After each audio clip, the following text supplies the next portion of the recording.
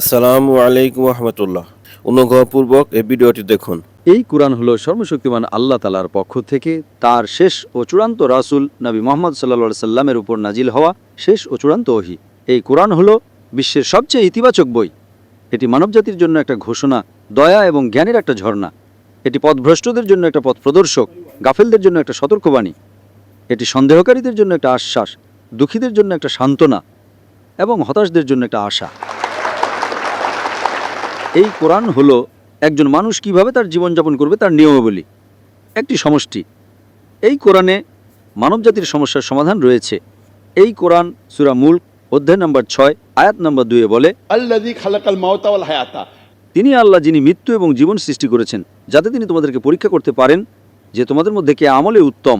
তাই বোন, এই জীবন একটি পরীক্ষা। ওকে। যদি আমরা কোরআনে দেওয়া নিয়মকানুন মেনে চলি তাহলে আমরা পরীক্ষায় পাস হব, আর যদি না মানি তাহলে আমরা ব্যর্থ হব। আল্লাহ আমাদের সবাইকে সঠিক বুঝার তৌফিক দান করুক। আমিন।